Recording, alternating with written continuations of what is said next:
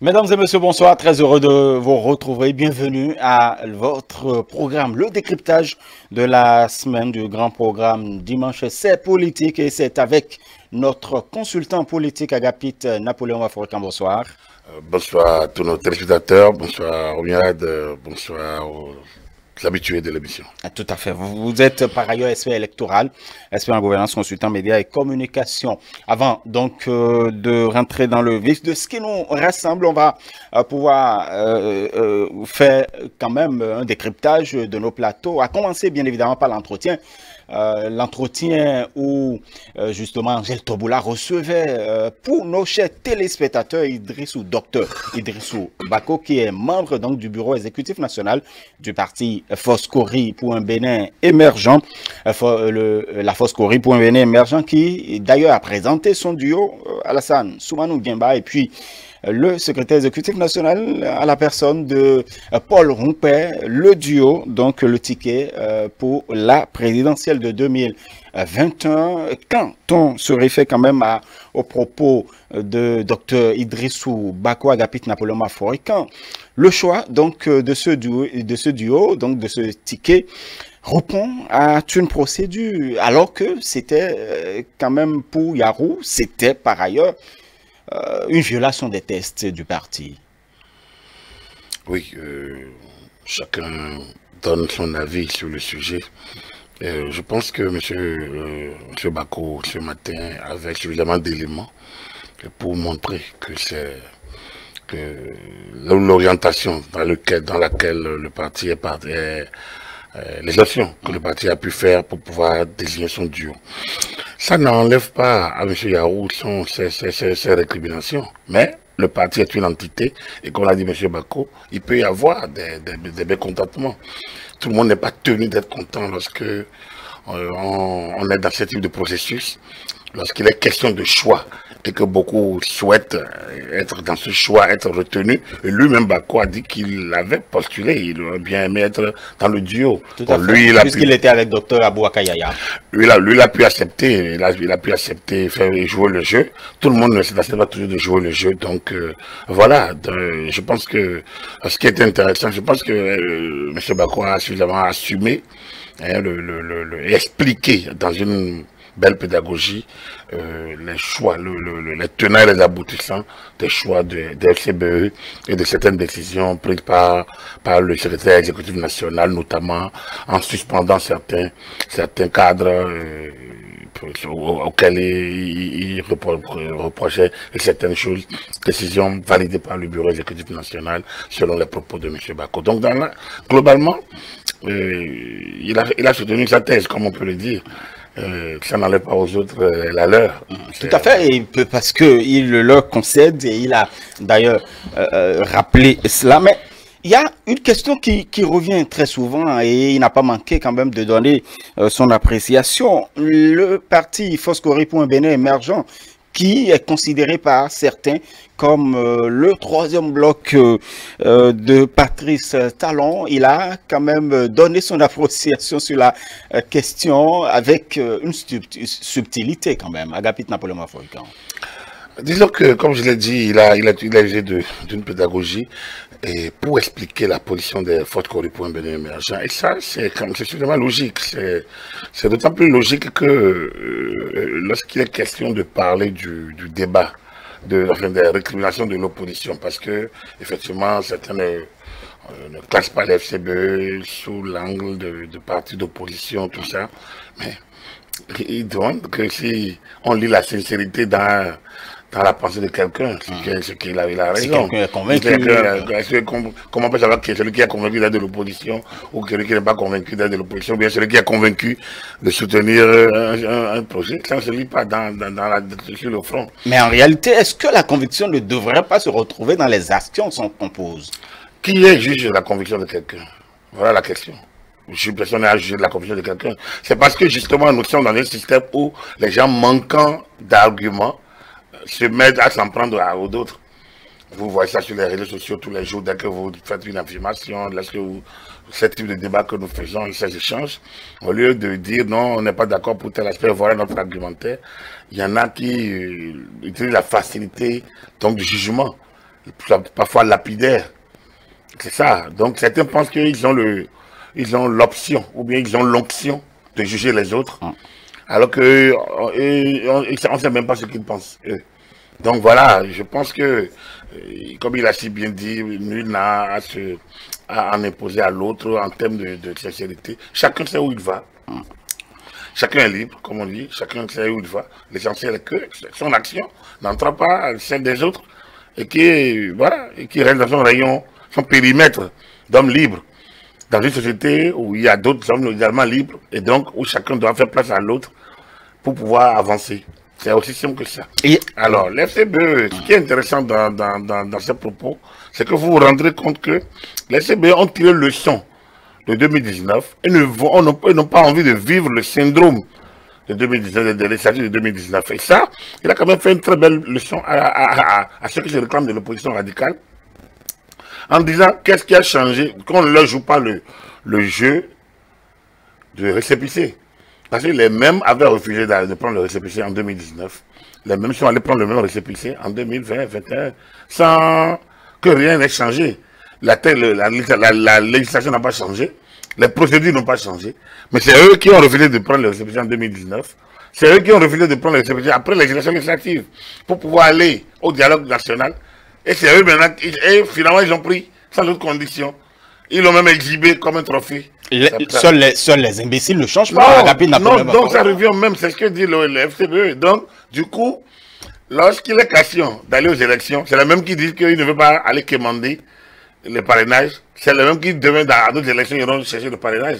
En fait, c'est la logique. C'est-à-dire qu'il estime qu'il ne leur appartenait plus donc de jouer à la chaise vide, comme certains les ont contraints la dernière fois, et qui fait qu'ils ne se retrouvent pas au Parlement aujourd'hui, alors qu'ils pensent qu'ils ont des pôles, des endroits où ils auraient pu ratisser l'âge pour être au Parlement.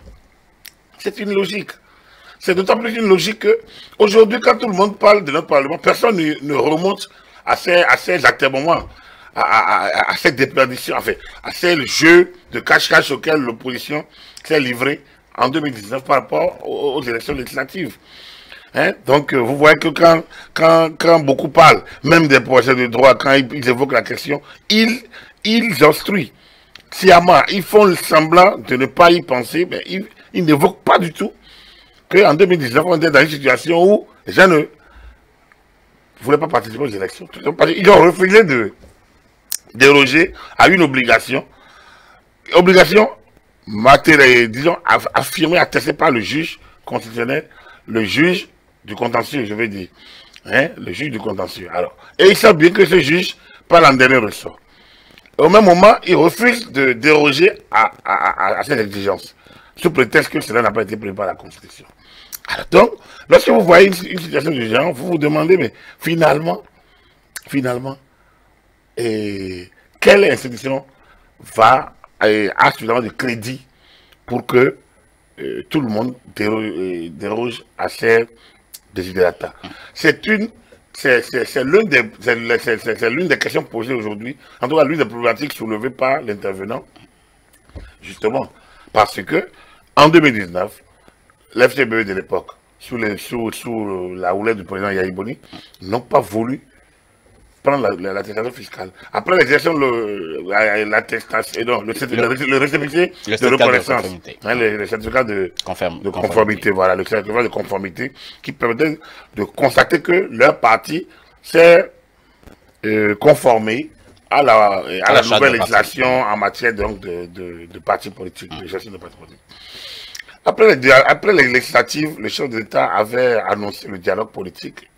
Et après avoir rencontré les partis d'opposition, on lui avait conseillé donc, de se rapprocher du ministère de l'Intérieur. L'FCBE, une partie est allée, on les a traités de traîtres. Et puis bon, c'est ça qui a créé la cassure.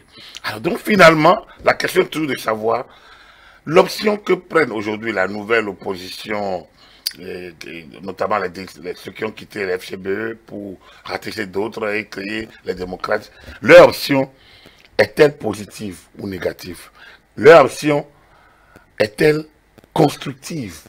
Pour le FCBE, c'est des options non constructives. C'est pour ça qu'eux, ils préfèrent aller aux élections et être là ne plus faire la politique.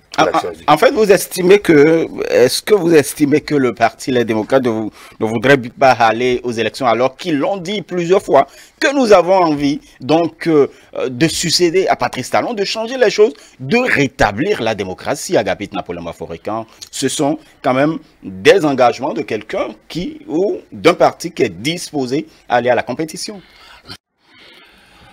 Vous êtes pour rétablir la démocratie, comme il le dit, bon, c'est leur objectif. Il faudrait déjà qu'ils participent aux élections. Et pour participer aux élections, il faudrait qu'ils satisfassent aux conditions, tout au moins de déclaration de candidature. Or, la conditionnalité nouvelle, la conditionnalité nouvelle, c'est le parrainage. Le côté de parrainage, et il refuse. Il refuse le parrainage, comment ça peut se faire comme ça? Comment peut s'en sortir? En fait, vous savez qu'ils n'ont rien contre le parrainage, surtout que certains parmi eux avaient quand même souscrit il y a quelques années à ce que nous puissions ériger dans nos lois électorales quand même le parrainage. Mais le parrainage qui concerne quand même un Parlement qui n'approuve pas. Oui, mais toute la problématique est là. Et si vous revenez sur ce qui s'est passé en 2019. Alors, ce Parlement qui n'approuve pas est la résultante de quoi? Il faudrait que, comme je vous ai dit, on parle des effets sans les causes. Pourquoi sommes-nous arrivés à ce niveau, à ce point de non-retour, au point où on a pu aller aux élections ce 28 avril dans les conditions que tout le monde sait? On ne peut pas. Je pense que les historiens, l'histoire existe pour être racontée. Mais on a été témoin de cette histoire. Et aujourd'hui, tout le monde se tait. Et certains, même intellectuels, hauts professeurs, interviennent sans rappeler quand même le contexte. Il y a quand même un contexte à tout. Et entre deux mots, il faut choisir le moindre. Allait-on se contenter d'attendre la fin du mandat des députés en attendant que l'opposition joue façon bis-bis habituelle? Quelle est la suite donc de cet échange? Cette mission confiée à Ahmed Mbedi, président de l'Assemblée nationale, qui devrait rallier les positions pour les lois dérogatoires. À travers donc ce comité paritaire. Voilà. Donc moi je reviens sur ça parce que c'était le point culminant. J'ai échangé avec un opposant, enfin un doyen qui est de l'opposition et qui disait que non, voilà, c'est la mouvance qui a refusé, que la mouvance a refusé quoi? Lorsque Kabayaya et Eri ont été signés, comme Maître Adrien Mbedi en tant que président de ce comité paritaire, comme les représentants de la majorité. Je pense que c'était Okunlala et un autre là, qui m'échappe, excusez-moi, et Odel Aladaté, j'espère bien. Alors lorsqu'ils ont signé, mais c'est l'opposition qui est retournée à la base pour dire qu'il va aller considérer la base. Et le lendemain, Boni Yahi est sorti pour dire qu'il faut donner le respect à tout le monde. Et donc, du coup, les FCB sont rentrés dans leur dynamique. Il faut remonter aux histoires, l'histoire. Il faut remonter aux médias. Il faut remonter à je pense que c'était fin février, début 4, 5, 6 mars. Il faut remonter 2019. Et on se rendra compte que c'est l'opposition qui a refusé d'aller aux élections. Et donc, le chef d'État était désolé. Il a dit au moment où il chargeait Mbedi de conduire ce comité. Donc, lorsqu'on a vu cette cause, naturellement, on est allé aux élections. Et alors, il refuse la violence, tout ça là. Et donc, le Parlement ici, on dit non, ça, c'est pas un Parlement, c'est un Parlement monocolore. Alors, finalement, c'est ce qu'on appelle sur le terrain de jeu, de l'obstruction. L'opposition fait de l'obstruction tout le temps. De l'obstruction tout le temps. Et nous aimons ça. De l'obstruction tout le temps, au point de bloquer le processus. Agapit Napoléon, nous aimons ça. Je sais que c'est une habitude. Depuis 1990, et si on doit remonter à 1960, nos élections sont toutes des élections brutales, enfin, entachées de violence, parfois de sang, comme c'était le cas en 70. C'est des élections où la peur règne. D'où ces groupes qui se créent par-ci, par-là, promotion de la paix. Je me rappelle en 90, on était obligé de faire les chansons de Vive l'International pour dire, bon, voilà, je te prie Seigneur, voilà, il ne faut pas qu'il y ait de violence. C'est comme on revient un peu sur cette phrase de Monseigneur de Souza, plaise de ciel, cocombe de sang. Mais Monseigneur l'a dit dans des conditions particulières, pas pour lors des élections. Les élections sont des périodes, normalement, c'est vrai, de tension, mais normalement, chacun doit pouvoir respecter le dispositif. Alors, nous avons tellement joué à nous faire peur lors des périodes électorales que subitement, il s'est créé une atmosphère de peur, panique, et donc des gens qui jouent avec cette atmosphère et qui font peur. Et c'est ce qui s'est passé notamment en 2019, quand non seulement ils ont voulu bloquer, ça a pu avoir lieu, mais ils ont continué, acte de violence, et on a continué. Il y a eu l'appel du chef de l'État dans son intervention, après tout ça, en mai. Il a demandé, il a annoncé le dialogue politique, il a mis en place les conditions favorables au dialogue politique. Mais ceux qui réclament aujourd'hui un débat national auraient pu saisir l'occasion du dialogue politique pour poser leur désidérata. Par exemple. Il n'y était pas parce qu'il n'était pas donc légalement reconnu. C'est vrai que la DUD était légalement reconnue. Ce parti pouvait participer. Bon, le parti a décidé de ne pas y être. Ceux qui n'étaient pas légalement reconnus, c'est ceux qui n'ont pas voulu le faire. Parce que le ministre de l'Intérieur les a rencontrés. On ne peut pas oublier facilement ces choses-là. Le ministre de l'Intérieur les a rencontrés. On lui a donné les conditions pour que ça soit fait de manière, même avec une certaine célérité. Mais ça n'a pas été le cas. Parce que, je vous dis, certains sont dans une posture d'obstruction continue. C'est de bloquer le système. C'est de rendre sa pièce de monnaie à Patrice Talon. C'est de le bloquer. Pour ne pas dire, tout simplement, parce que Patrice Talon a pris le pouvoir chez Boniaï, ils étaient des amis, ils se sont brouillés, il faut lui montrer ça, il faut lui rendre le coup.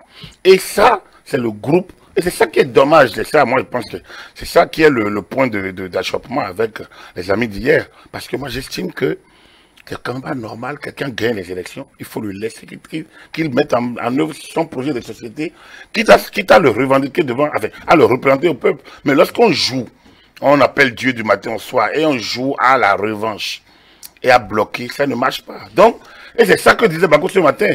Ils ne sont plus prêts. Et donc, ils ont tiré le son. Les FCBE disent, non, on n'est plus prêt à jouer à ce jeu-là de la politique de la chaise vide. Parce que justement, en 2019, eux, ils ont tiré le son. Mais il y en a qui n'ont pas tiré le son parce qu'ils suivent mécaniquement une méthode, un processus qui ne conduira qu'au décor, que dans le chaos. Chaos, pas chaos, mais CHAO. Donc, c'est ce mécanisme de chaos qui est à proscrire. Et c'est pour ça que je dis, ceux qui parlent de restauration de la démocratie devraient pouvoir savoir déjà que en démocratie, les institutions incarnent la gestion du pouvoir. Et ces institutions, même si elles se trompent, il y a les fois de recours. Mais ce n'est pas l'individu qui se fait justice. Ce n'est pas l'individu qui décide de ce qu'il doit faire, de ce qu'il ne doit pas faire. Ça, c'est le bon sens personnel. Mais après, lorsqu'on est dans l'action publique, ou lorsqu'on a envie d'incarner, ou bien d'aller sur la scène publique, il y a la réglementation en vigueur. Donc, le Parlement, quand on dit monocolore, est le Parlement de la République. C'est le Parlement. Les élections ont été proclamées régulières. Les députés sont en place, les organes sont en place. Le président de l'Assemblée nationale voyage. Donc, c'est notre Parlement. N'en déplaise à ceux qui lui donnent une connotation. C'est le Parlement béninois. Quand c'est le Parlement béninois, il agit ex-qualité. Alors que les grands juristes du droit public viennent nous dire que ce Parlement-là n'a pas une personnalité morale, qu'elle n'est pas une institution de la République, que ces actes ne sont pas des actes de parlementaires. Mais s'il ne peut pas le dire, pourquoi on joue au jeu? Pourquoi on joue aux mots? Pourquoi on fait des jeux de mots, je veux dire? Pourquoi on joue à l'esprit? On fait de l'esbrouf pour embrouiller les âmes sensibles et conduire peut-être le pays dans le chaos. Donc, c'est ça, c'est pour ça que je dis que ceux qui disent, ils parlent de restauration de la démocratie, ils savent ce qu'ils mettent dedans, c'est plutôt instauration de l'anarchie. Je pense qu'ils appellent restauration de la... Le synonyme de cette expression pour eux, c'est l'instauration de l'anarchie. Parce que... personne ne peut vouloir quand même instaurer l'anarchie. C'est l'anarchie où chacun décide de ce qu'il doit faire, de quelle institution il doit respecter. Donc, c'est un peu un no man's land dans lequel chacun peut faire ce qu'il a envie de faire. Ça, voilà, c'est un peu, l'autre a appelé ça, l'autre a donné ça, celui qui, j'ai pas envie d'appeler le nom, la dénomination, qui était une marque de café. Voilà. Démocratie Nescafé, moi je le dis. Hein. Très bien, donc, la démocratie Nescafé. Faite de désordre et d'anarchie. C'était ce que Bonia il a dénoncé, lui-même. Et c'est autour de lui que, aujourd'hui, les gens réclament ce type d'anarchie. Parce que si ce n'était pas ça, on ne peut pas empêcher les institutions de jouer leur rôle. On ne peut pas leur dénier leur rôle fondamental. On va jusqu'à dénier au Parlement la possibilité d'être d'agir en tant que constituant dérivé, donc le peuple représenté. Et donc d'agir en conséquence. Les choses ont quand même changé. On va jusqu'à le lui demander, le lui refuser. En le faisant, on veut réécrire la Constitution. On peut pas. Et on parle de l'esprit de la conférence nationale. Alors tout ça s'embrouille dans leur discours qu'on ne sait pas où ils vont. Voilà. Voilà. Agapite Napoléon Maforican, vous savez, quand on revisite un peu les propos de Dr Idrissou Bako, aujourd'hui, mieux qu'hier, il y a quand même une garantie, c'est-à-dire c'est le maillage du territoire, pas le parti Foscoré.bn émergent. Il parle de cette prouesse du parti. Écoutez, j'ai pas envie de décrypter les propos de Bako, parce que je n'ai pas, c'est pas que ça qu'on verra. Tout à fait, tout à fait. Bien, cela dit, vous savez, les FCBE sont dans une posture aujourd'hui à la fois délicate, mais disons décomplexée. Ils n'ont plus un leader, comme il a d'ailleurs dit, ils n'ont plus un leader charismatique. Donc un gourou qui tient la corde, qui les balance comme des marionnettes. Non, ils n'ont plus ça. Ils sont aujourd'hui un groupe d'hommes libres et de femmes libres. Qu'il a d'ailleurs appelé des leaders. Donc, voilà, donc ils sont des leaders. Ils sont là, c'est ceux qui se chamaillent un peu, c'est ceux qui ont appris à vivre parce que tout ce monde a été coopté par Boni Yayi. Hein? Tout le monde a été coopté par Boni Yayi. Ils ne sont pas toujours les militants de premières heures. Vous prenez quelqu'un comme Paul Oukpé, il est resté sous l'ombre de Baturé Nago pendant un bon bout de temps. Tout comme de Kako Maouillon. Donc, vous prenez quelqu'un comme Bako, c'était avant, c'était les Harifari, hein, c'était salé. Donc, dans ces zones-là, vous prenez Yarou, donc c'était pas lui au départ là, à Parakou. Donc, ils étaient peut-être là, mais il y avait d'autres. Mais aujourd'hui, le vide qui s'est fait au profit, le vide qui s'est fait avec la création des blocs, beaucoup sont allés, beaucoup étaient des membres fondateurs, des grandes figures de FCBE qui ont rejoint l'UP ou le BR, surtout hein, le BR. Alors, lorsque eux sont partis, le FCBE est resté, il y a certains leaders, anciens ministres, ils sont nombreux. Quand vous regardez le duo, c'est un duo d'anciens ministres. Tout à fait. Bako, c'est un ancien secrétaire général, un ancien député. Donc, ils ont été portés à des niveaux de responsabilité que les gens cooptés d'une manière ou d'une autre par Boni Yayi. Mais ils sont aujourd'hui orphelins et de Boni Yayi et d'une personnalité charismatique. Mais ça les décomplexe. Et sur le terrain, il y a des gens qui jouent le jeu, il y a des gens qui se retrouvent en eux. Le fait qu'ils aient pu grappiller cette mairie et être présents quand même dans un certain nombre de conseils communaux. Même si, bon, en temps, ils ont perdu une mairie. Ils ont perdu, voilà. Bon, enfin, moi, je dis, ceux qui ont gagné après, ça, c'est le contentieux qui est là, mais ils n'ont pas perdu parce qu'ils ont perdu les voix. Ils ont perdu par faute de procédure. Donc, du coup, c'est comme vous gagnez un match et après, on va dire que vous ne devez pas allier un joueur. Donc, ils ont gagné. Voilà. Ça les a décomplexés. Ça les a libérés. Et aujourd'hui, ils peuvent aller librement faire leur campagne en attaquant le gouvernement. Enfin, en disant ce qu'ils estiment que ça ne va pas. Mais au même moment, ils ne jouent pas dans le jusqu'au boutisme d'une certaine opposition. Et donc, ils apparaissent aujourd'hui comme une force médiane. Hein, une force médiane qui est intéressante parce qu'ils savent qu'ils jouent comme force médiane aujourd'hui parce qu'ils savent où ils vont.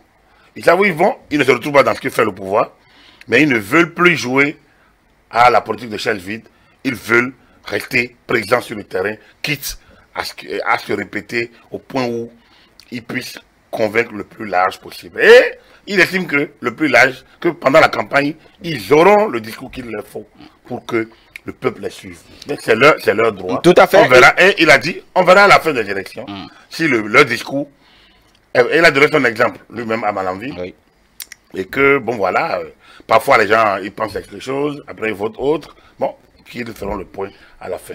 Et justement, ce qui a quand même de commun entre ces forces qui se réclament de l'opposition, donc le parti FCBE, le parti Les Démocrates, c'est bien l'alternance au pouvoir en 2021 à l'issue donc de l'élection présidentielle du 11 avril 2021, l'alternance au pouvoir. Mais l'élection présidentielle, on voudrait bien, et puis des voix se sont élevées et s'élèvent encore pour que l'élection présidentielle soit ouverte. Mais l'opposition, pourrait-on faire justement une élection présidentielle sans certaines forces de l'opposition, Agapit Nampolema-Faure? Oui, vous avez demandé on a dit que l'élection soit ouverte. Mais l'élection n'est pas fermée. Est-ce que l'élection est fermée? Elle n'est pas fermée. Vous savez qu'il y a une frange quand même de l'opinion qui pense que, justement, que l'ouverture n'est toujours pas encore là. Mais je ne sais pas. Mais est-ce que quelqu'un a envie d'être candidat et on dit non, lui, il ne peut pas. Il ne peut pas. Dès qu'il remplit les conditions sont générales. Et c'est là qu'il faudrait que il faut quand même que pour jouer, que tout le monde s'entende au moins sur les règles du jeu. Je pense qu'il faut que les règles du jeu soient comprises par tous. J'ai l'impression que chacun édite sa règle du jeu. Une élection, un pays, c'est un système électoral. Vous savez, je ne vais pas me mettre encore à faire le coup de droit sur la démocratie, ou bien sûr, mais c'est ça, c'est déjà les petits fondamentaux de la démocratie. Déjà, démocratie, pouvoir du peuple, par le peuple et pour le peuple. Alors donc, gouvernement du peuple, par le peuple et pour le peuple. Alors quand on dit tout ça, il faut le mettre maintenant en pratique. Le peuple, c'est qui? On ne peut pas à chaque décision réunir, on n'a pas un endroit pour prendre 3 millions pour prendre 10 millions de personnes et lui poser des questions. On ne peut pas le faire. Donc, on opte pour ce qu'on appelle la démocratie représentative. Et donc, les représentants du peuple, le peuple s'exprime alors par ses représentants. Et ces représentants sont désignés comment? Lors des élections. Donc, l'élection devient un élément, un processus important donc de la délégation du pouvoir du peuple vers ses représentants. Et lorsque c'est comme ça, ces élections cristallisent les passions, tout simplement parce que c'est par ces élections qu'on légitime celui qui doit donner des ordres et qu'on habilite et qu'on oblige ceux qui doivent respecter. C'est ça le problème. On légitime le donneur d'ordre. Et on habilite, on oblige ceux qui doivent respecter. Parce que c'est effectivement, c'est toujours la légitimation d'un citoyen pour pouvoir gérer les affaires publiques. Donc pour y aller, il y a des règles. Chaque pays a un système électoral.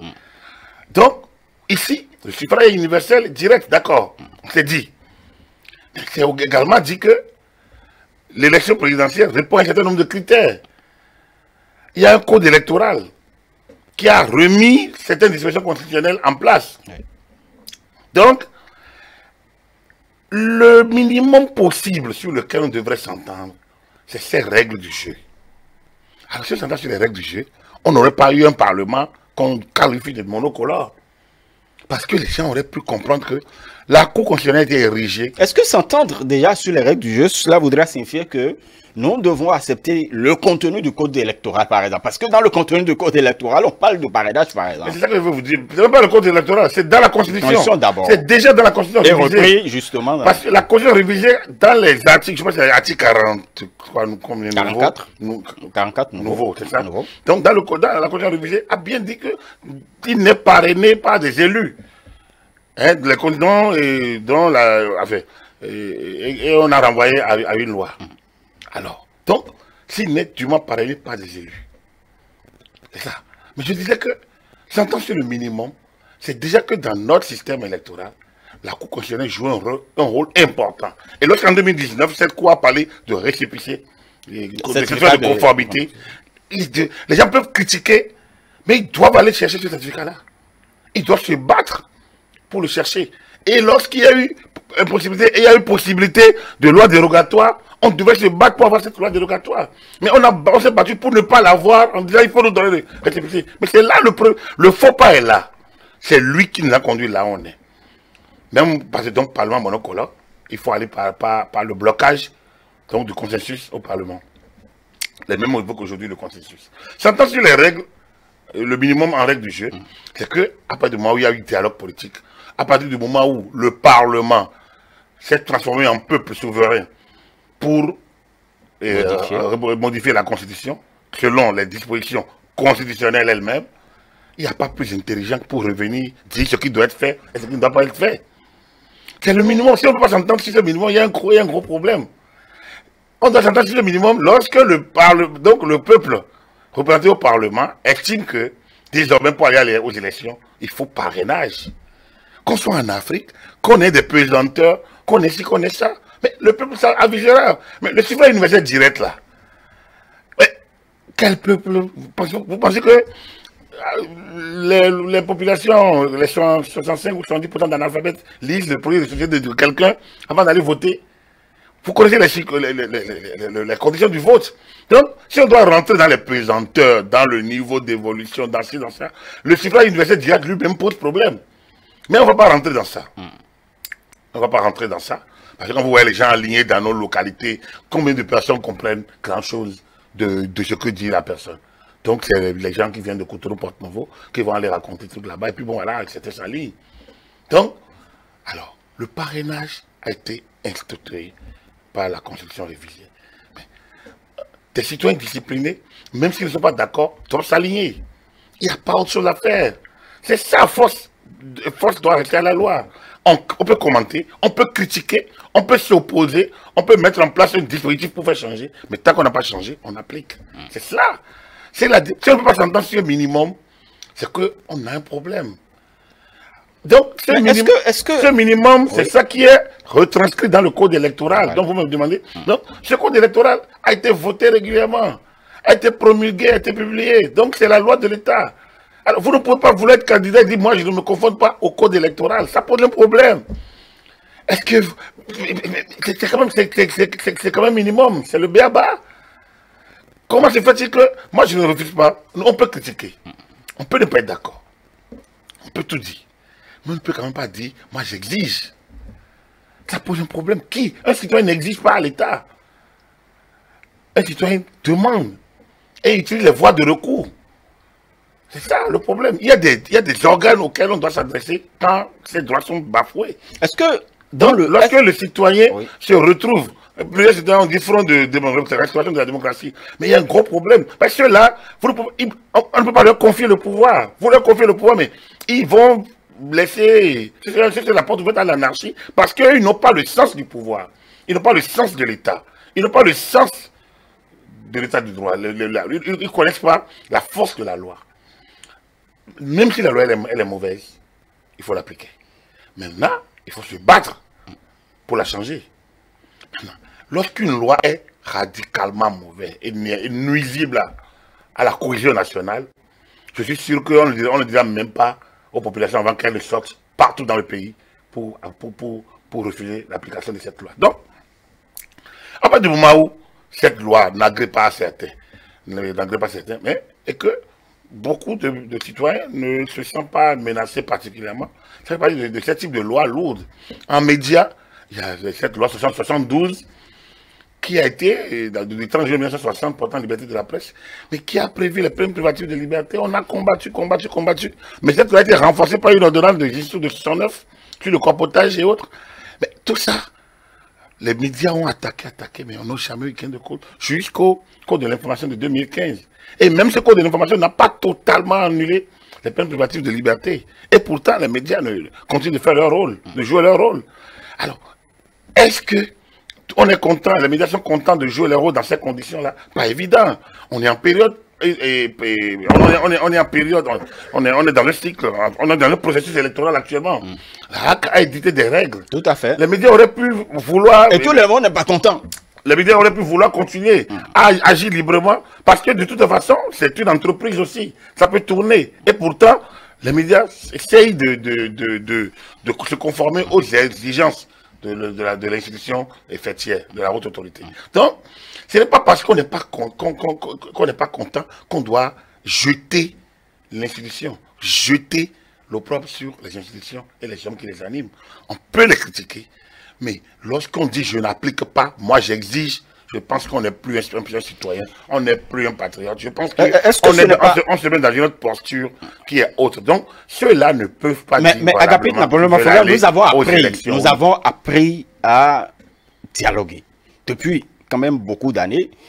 sur certaines questions, c'est vrai, et ça a été encore dit ce matin, on parle donc de la loi de la majorité, mais les propositions de la minorité, ou du moins de certaines forces qui se réclament de l'opposition, peuvent être entendues quand même.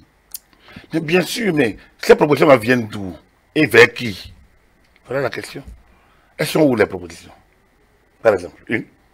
La proposition, c'est par exemple qu'on audite quand même le fichier électoral. Ça, c'est pas une proposition, c'est une exigence. Or, la loi prévu le processus de l'actualisation de la liste électorale. C'est connu. C'est connu. Je dis, mais un citoyen ne peut pas se lever et exiger ce que la loi a dit, et exiger autre chose que ce que la loi a prévu. Il a plusieurs manières de le faire. Il a le lobbying, il forme un groupe de pression, il essaye de voir des amis députés et il crée les conditions. On dit, le plus fort n'est jamais assez fort pour être toujours le roi, ou bien comme on dit, s'il transforme sa force en droit et l'obéissance en devoir. Transformer la force en droit, c'est quoi? C'est une sorte de transformer votre volonté en loi, quand on dit le plus fort. Donc le plus faible, qui a envie de se faire entendre, essaye de passer par les circuits autorisés, dont le lobbying, par exemple, pour trouver celui qui peut être plus fort. Or, l'initiative de là appartient aussi bien aux députés qu'au gouvernement. Donc, si le gouvernement c'est compliqué, il va avoir des députés. Passe-lui ton idée, propose-lui un texte, convainc-le que c'est nécessaire, et il va trouver autour de lui une coalition pour déposer, et ça va. Donc, et l'opinion, tu travailles l'opinion, ça c'est autorisé, c'est du lobbying. Ça peut se faire quand les groupes sont organisés. Moi, je vois plein de sociétés, d'ONG qui se disent société civile, qui, à quelques semaines des élections, disent œuvrons pour la paix, ici, la paix. Mais ils peuvent être dans la fabrication du lobbying, dans la mise en place donc de système de lobbying, pour faire passer un certain nombre d'idées, pour aller sensibiliser les députés. Mais on ne convainc pas, on n'a pas cette force d'aller convaincre. On n'a que la force revendicative et la force de pression. On exige. C'est brutal lorsque vous exigez. Vous ne pouvez pas, quand vous n'êtes pas en relation, en rapport de force favorable, comment vous allez exiger? Vous êtes en minorité. Vous ne pouvez pas exiger. Vous exigez, mais vous exigez à qui? La majorité n'a pas usurpé son statut. La majorité l'a hérité, l'a gagné par le biais des élections. Donc, je suis d'accord qu'on tient compte de la minorité, mais cette minorité doit être cohérente pour se faire entendre et poser les désidératas. Regardez, notre code électoral existe depuis novembre 2019. La Constitution révisée depuis novembre 2019. Donc, depuis décembre 2019, en tout cas, la Constitution révisée a été promulguée le 7 novembre. Je me dis que bon, je n'ai pas retrouvé le journal officiel dans lequel ça a été publié, mais peut-être que jusqu'à janvier 2020, ça a été publié. Puis on est allé au moins aux élections communales avec ça.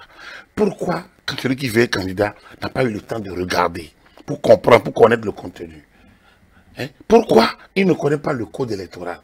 Et c'est à 6 mois des élections qu'on se réveille pour dire, le Parlement, les 20 ans, les 45 jours du président, le parrainage, et lorsque il a récidivé, même lorsque le grand maître professeur Olo lui-même rentre dans ça, c'est qu'on conditionne l'opinion pour créer les situations favorables à la crise.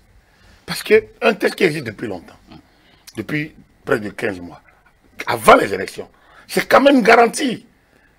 Ça, les gens avaient le temps de regarder, de protester au besoin. Mais le texte est là, ils ne disent rien. Et à quelques mois des élections, on dit, ah oui, pour créer les mêmes conditions d'insécurité, de troubles, pour dire après. Mais est-ce que cela changera quelque chose si on protestait même au lendemain il ne s'agit pas de protester, il s'agit de trouver les conditions pour se faire entendre, pour raisonner, pour argumenter et peut-être pour faire changer. Pourquoi pas? Pourquoi pas? C'est possible peut-être. Je ne sais pas. Moi, je ne suis pas au Parlement. Et je ne suis pas dans la revendication non plus. Moi, je commente. Mais l'opposition trouve, par contre, que l'exécutif inaccessible est fermé sur les propositions. Et pourquoi les faire alors? L'initiative de loi appartient concurremment aux députés. Bon, on considère que, voilà, les députés sont acquis à la cause du président de la République. Alors, donc on considère, bon, d'accord, on attend que ça change. Si on ne peut pas aller Parce que quand on dit l'opposition acquis à la cause, c'est quand même pas des goudillots. Il y a des débats parlementaires qui se font. Vous suivez quand même des débats parlementaires. Et puis quand on dit acquis à la cause de l'exécutif, c'est quelle cause de l'exécutif? C'est des causes nationales. L'exécutif est où? C'est qui? C'est qui? C'est des Béninois. Donc, vous avez des idées, faites passer. Avant, ailleurs, des gens, ils font une tribune. Quel leader de vous avez vu aujourd'hui faire une tribune, par exemple, pour dire ce qu'il veut, pour montrer. Moi, j'aurais bien aimé lire le professeur Olo, par exemple, écrit. Là, ça nous aurait édifié. En fait, vous êtes en train de parler d'une pensée scientifique ou bien... Non, pas nécessairement scientifique, d'une opinion. Une tribune. Parce qu'elle pourrait se retrouver dans une posture politique, non, au lieu d'être dans une posture de scientifique. Non, ces plus de positions ne sont pas scientifiques, c'est politique. En tout cas, c'est partisan, puisque il sait que... en tout cas, moi, je le juge ainsi, de partisan, à partir du moment où il attend que le débat commence, que le débat se clanise, soit entre ceux qui ne veulent pas et ceux qui veulent. En fait, vous parlez du timing choisi pour sortir. Exactement. Donc, à partir du moment où le débat est ainsi lancé et il rentre dedans, il prend parti. Il prend d'autant plus parti qu'il fait des affirmations qui sont discutables. D'ailleurs, vous avez lu Victor Topanou, vous lisez Topanou, qui est quand même autant professeur, pas peut-être non, qui est aussi professeur, parce que si on veut rester dans la posture des professeurs, il n'est peut-être pas encore agrégé, il est maître de conférence. Il n'est peut-être pas encore titulaire, il n'est peut-être pas encore maître, il n'est pas encore pape de la pensée, mais il est quand même à un niveau où il peut se permettre de le faire, et il l'a fait. Alors, lorsque vous lisez, vous le professeur Topanou, vous lisez, vous écoutez le professeur Olo, vous vous dites, mais c'est quand même, on parle de la même chose quand même. Alors, même si nous qui touchons un peu à ces choses, on en parle, on dit, oh, ben ça, ils sont payés pour le dire, évidemment, comme on ne voit pas plus loin que ça. Mais lorsque eux, ils le font, qui les paye pour le dire? C'est de la pensée. C'est de la pensée. Le professeur a pris position, Olo, il a cru parler même de parlement monocolore. Je continue de dire que c'est un néologisme purement partisan, à mon avis, parce que les élections sont ouvertes à tous, mais on ne peut pas forcer les gens à aller aux élections. Lorsque on me dit que, bon voilà, le peuple souverain qui agit, vient du Parlement monocolaire, dit non, on a 83 députés, ils sont 83 députés, il y en a 82 aujourd'hui, mais ils sont le peuple, ils sont les représentants élus du peuple, ils sont une partie du peuple. Et à un moment donné, quand ils veulent réviser la Constitution, et les conditions sont remplies, ils ont les 3 quarts, les 4 cinquièmes, c'est ça, hein? Les 3 quarts, et les 4 cinquièmes. Pour la révision, 2 tiers et 4 cinquièmes. Alors, donc, quand ils ont les 2 tiers et les 4 cinquièmes après, ils sont le peuple souverain. On a beau dire oui, constituants dérivés, ils sont quand même constituants. Et donc, quand c'est fait ainsi, on ne peut plus... On peut critiquer, mais on ne peut pas remettre ça en cause. Donc, ce que je dis, la minorité a droit de citer. La minorité doit se faire entendre. Mais il faut qu'elle choisisse la tribune pour se faire entendre. Mais là, c'est en contestation systématique. Et justement, puisque vous parlez de la minorité, par exemple, le professeur, quand on prend quand même l'intervention du professeur Olo, et puis justement, quelques acteurs, en fait, des forces de certaines forces de l'opposition, trouvent que la minorité, en réalité, devrait se retrouver dans certains cadres d'organisation de l'élection, comme le COS-LEPI, par exemple, ou comme, par exemple, se retrouver aussi à la Sénat. Non. Vous savez ce qui se passe? C'est que c'est justement cette tricherie qui nous amène à leur contestation. En fait, vous trouvez que c'est une tricherie? C'est des tricheries, je vous dis. La Sénat qui est là, vous savez comment c'est arrivé? La Sénat. On a dit, ils sont 5, hein? Ils sont 5. On dit, majorité parlementaire, 2. Minorité parlementaire, 2. Le chef d'État nomme 1. Il me semble. Majorité parlementaire, 2. Minorité parlementaire, 2. Ou bien opposition, 2. Mouvance, 2. Le chef d'État nomme 1. Ou bien un magistrat. Je pense que c'est ça. Un magistrat, hein. C'est 2, non? Oui. 2 opposants, 2 mouvanciers, un magistrat. Bien. Alors, un magistrat désigné par le Parlement. Non, proposé par les magistratures, les magistrats eux-mêmes. 3 personnes, et le Parlement désigne, choisit 1. Mais lorsque vous faites ça, le gars, et c'est pour 7 ans. C'est ce que vous avez dit, il est majoritaire là. Il peut devenir opposant. Ce que vous avez dit qu'ils l'opposent. Et puis, par rapport à quoi? Ils le sont par rapport à quoi? Par rapport peut-être à un président dont le mandat finit dans 2 ans. Mais après. Parce que le problème s'est posé, vous vous souvenez, lorsqu'il y a un commissaire qui est mort. Mais justement, alors que l'université forme des administrateurs électoraux, j'en suis jeune. Il y en a sur le marché plus de 80 aujourd'hui, si je ne me trompe. Mais il y a plusieurs compétences à l'interne. Alors, lorsque les députés créent des situations du genre, c'est comme au COSLEPI. Donc, quand vous créez cette situation-là, où vous y envoyez des politiques, ne venez pas dire demain que c'est des partisans. Mais ils font de la tricherie. Ils n'ont qu'à confier ces activités à des techniciens et les obliger par un certain nombre de contraintes. Des techniciens, je dis, l'université d'Abou Calabi forme des administrateurs électoraux qui ne sont même pas les premiers, même au niveau de coordonnateurs d'arrondissement, on ne fait même pas priorité pour eux. On a cité une liste, ils ne sont même pas prioritaires. Alors que c'est formé, quand on dit administrateur électoral, c'est un master professionnel. Donc c'est un diplôme de haut niveau professionnel, c'est des gens en mesure donc d'opiner sur les questions électorales. Nous sommes humblement de la première promotion, sur cette promotion. On a une association dont je suis le président, Africa Élection, j'ai dû me mettre un peu à l'écart, comme je fais je commente l'actualité régulièrement, je préfère laisser les amis gérer l'ONG parce que l'association, puisque pour ne pas être dans une position de conflit d'intérêts, c'est préféré. Mais ça ne me rend pas moins d'habilité pour constater que ce corps est lésé. Et pourtant, bon, on laisse faire. Alors, c'est pas qu'on n'a pas protesté, on a écrit au président Nago à l'époque pour dire attention, le code de 2013. Ce code, nous venons juste de quitter l'université, afin de finir avec ce master. On dit que ce code ce code doit intégrer ce nouveau corps, dont l'université, la chaire UNESCO des droits de la personne et de la démocratie à l'université, a formé que ce corps, la chaire UNESCO a formé, que notre université a mis sur le terrain pour régler, pour interroger les questions d'organisation des élections. On a la chance, la vice-présidente de la Sénat vient de là, elle vient de cette promotion, et elle fait de son mieux. On ne peut pas dire que les autres ne font pas de leur mieux. Cette Sénat, on doit la saluer, ça n'y a rien à dire.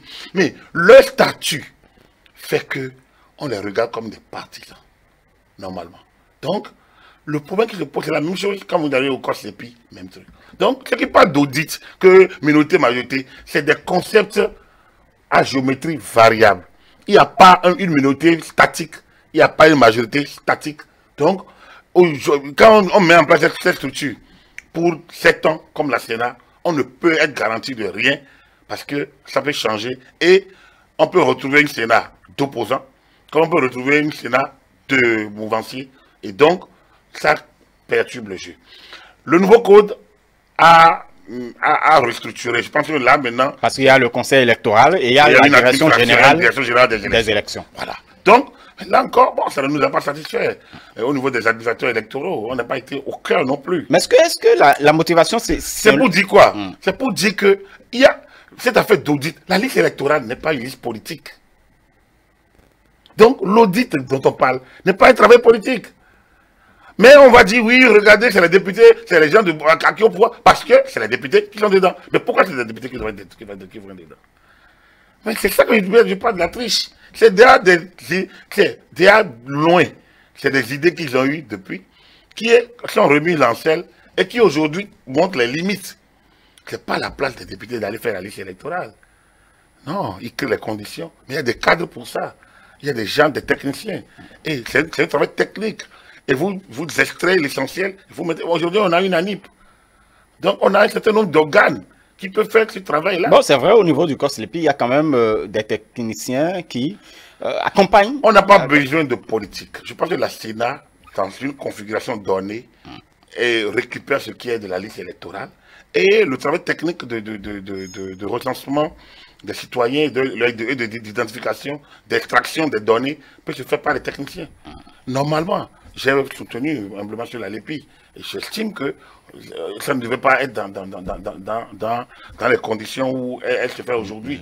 Donc, quand ils demandent l'audit, c'est un faux truc.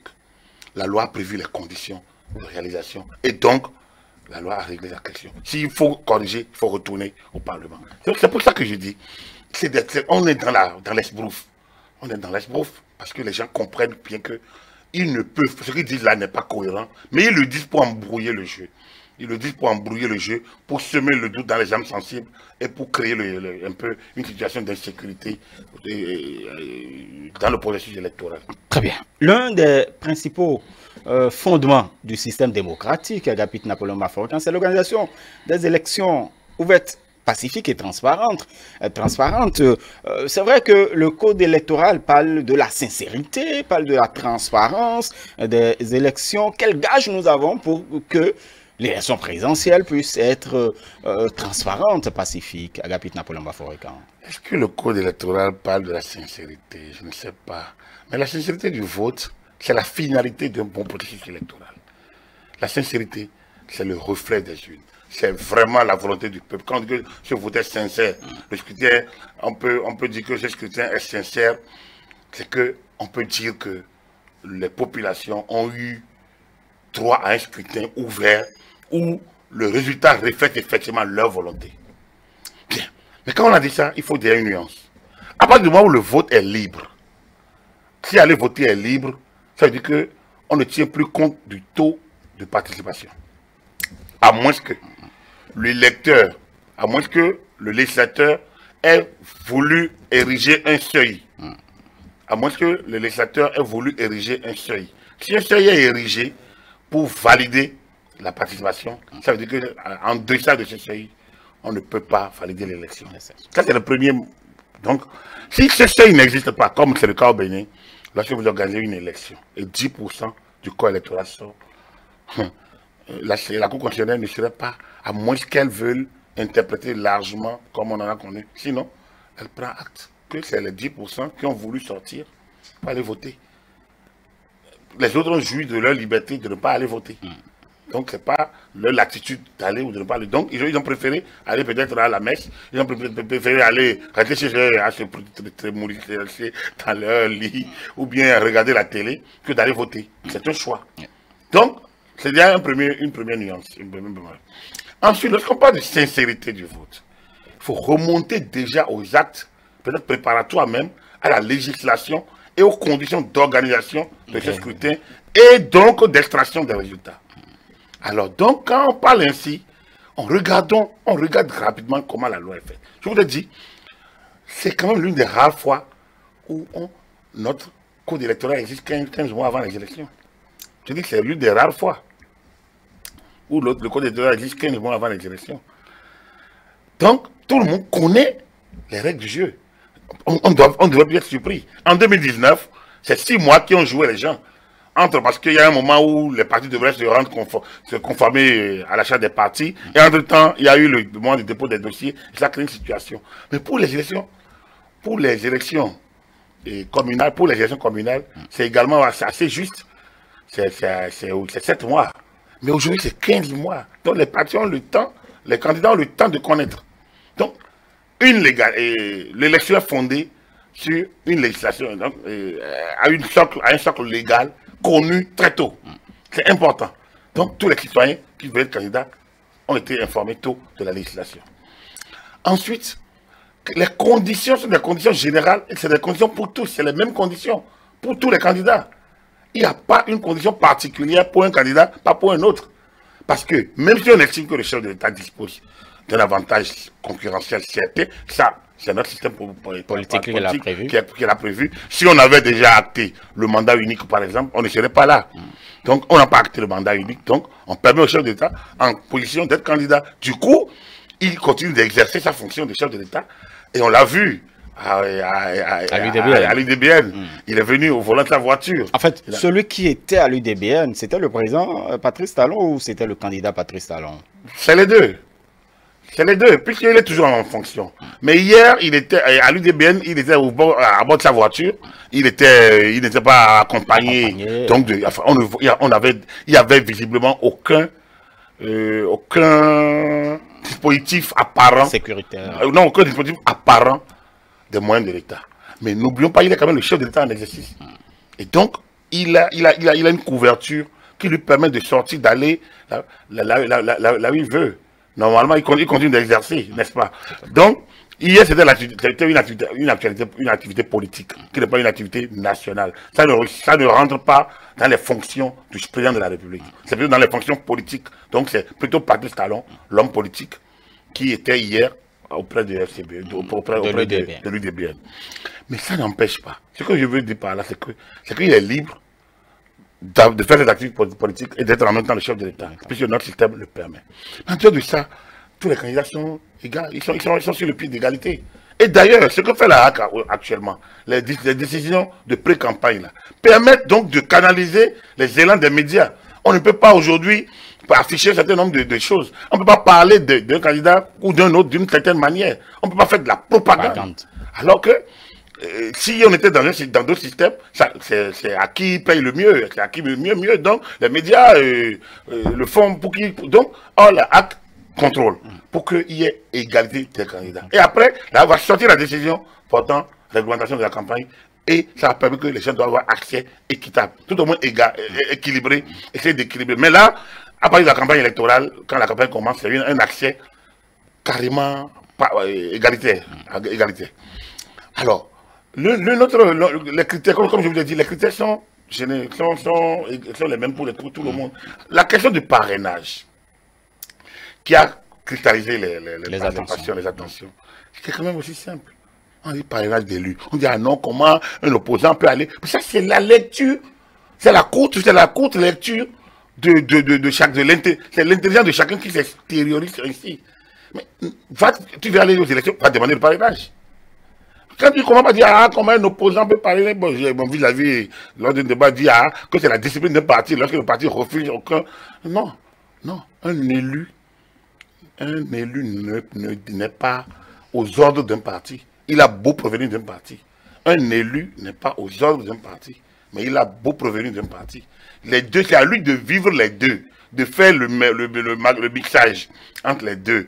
Donc, de tenir compte des désirata de son parti, mais de rester élu. Parce que l'élu n'a pas de mandat perçu, je continue de le répéter. Donc, en la matière, un élu qui en son âme et conscience parraine quelqu'un et informe son parti, normalement, n'a pas à être sanctionné par le parti. À partir du moment où il exerce un mandat national. Et là, s'il est sanctionné, il peut se pouvoir auprès des juridictions. Mais après, c'est un dialogue interne au niveau du parti qui doit permettre quand même... Donc, on ne peut pas tout régler par les lois. Il y a toujours ce qu'on peut faire par le dialogue au sein, à l'interne. Et donc, au fil de l'opérationnalisation... C'est pour vous dire que, normalement, regardez, j'ai écouté l'FCB aujourd'hui, l'FCB n'ont pas 16 parrains. Ils avaient 6 potentiellement. Et ils sont allés chercher. 10. Et aujourd'hui, ils en ont. Donc, pourquoi les autres ne peuvent pas le faire? En disant que, c'est le parrainage. Bon, on attend demain pour voir. Donc, non, c'est pour vous dire que, pour aller, la sincérité d'une élection, je pense qu'au Bénin, dans le processus actuel, et contrairement à ce que beaucoup pensent, et pas des moindres, parfois des intellectuels, parfois des gens de certain niveau d'expérience, on dit, ah non, ce parlement-là, mais ça c'est leur récrimination personnelle. Mais le dispositif est en place pour des élections sincères. Donc, ce que les gens disent après, inclusive, ça c'est des inventions, c'est un lexique fourre-tout. Parce que lorsque vous dites inclusive, ça dit que ces élections n'ont pas de droit, ne doivent pas répondre à des exigences de critères. Dès qu'il y a critères, il y a sélection. Donc ça peut être inclusif.